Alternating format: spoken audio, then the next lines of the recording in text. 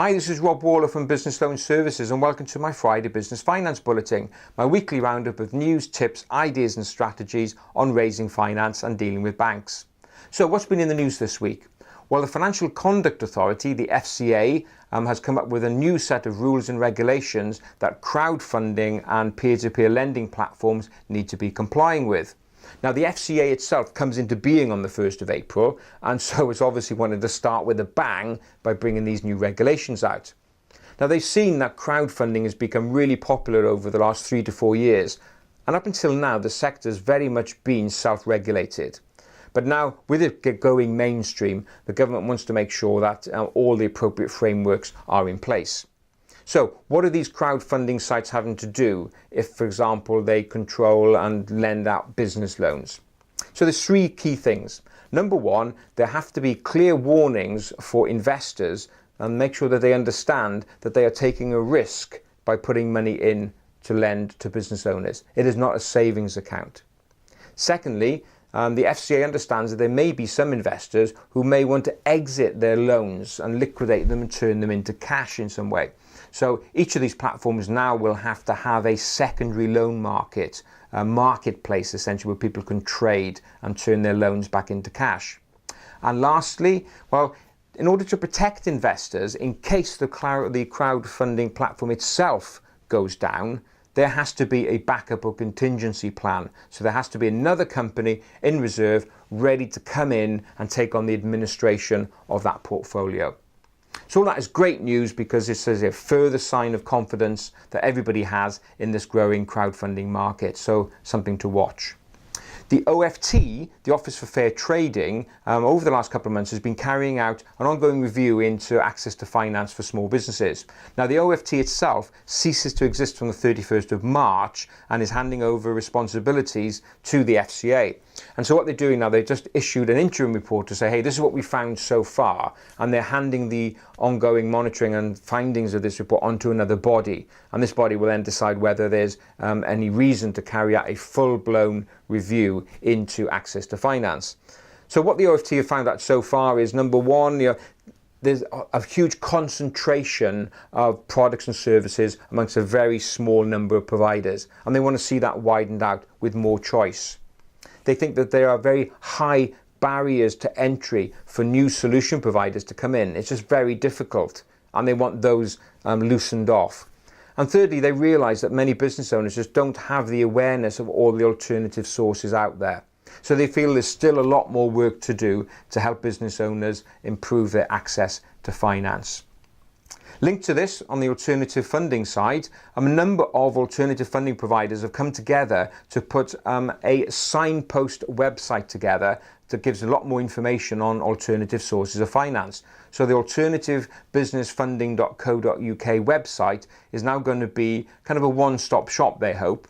So who's behind this? Well, it's all the key players. It's Funding Circle, Zopa, MarketInvoice, Platform Black, Seedrs and Crowdcube. All of these kind of combined together have about 85% of the alternative finance market. So they hope that it'll just be, say, a signpost, a go-to site for people who want to know more about alternative sources of finance. So check out that website and see what information there is for you. Lloyds Bank come out with an interesting survey this week. They found out that £291 billion is trapped in invoices in the economy. Nearly 300 billion. Can you imagine if all of that money got released at once? Now that's a huge amount of money just tied up in invoices. Now, of course, we've said before that you've got to make sure that you're issuing your invoices promptly, chasing them, and then chasing them even harder if they become overdue. And what Lloyds is saying, that one avenue in order to circumvent all of this is to go down the invoice discounting route. We've talked about invoice discounting before, but it's just a way of, instead of having to wait 30 days, 60 days or 90 days for your money, you just go to an invoice discounter and they will give you, say, up to 80-85% of the face value of the invoice there and then. Just speeds up your cash flow. So that's a huge amount of money stuck in the economy. And if that's you and you want to know a bit more about the options and choices that are available to you, just drop us an email, info@businessloanservices.co.uk, and we'll direct you into the right direction. So what's my tip for you this week? Well, yesterday on Thursday, I spent some time with my team with a team of bank managers from one of the high street banks, just part of a regular thing that we do to keep in touch with banks to see what they're up to. And there were 11 of them there, and I asked them, what are the 3 key things that make it difficult for you to get that yes from your powers that be above? So my tip this week is really with 3 tips.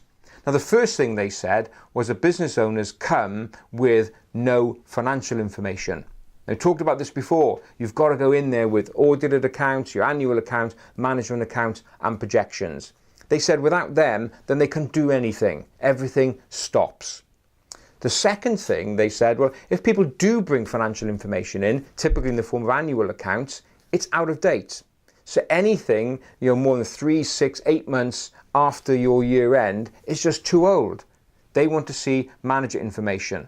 So that means you sitting down there and putting monthly, quarterly figures together. And you should be doing that anyway, because you never know when the deal of a lifetime comes your way and there's too good an opportunity and you need to move quickly. So you have all the information there for the bank.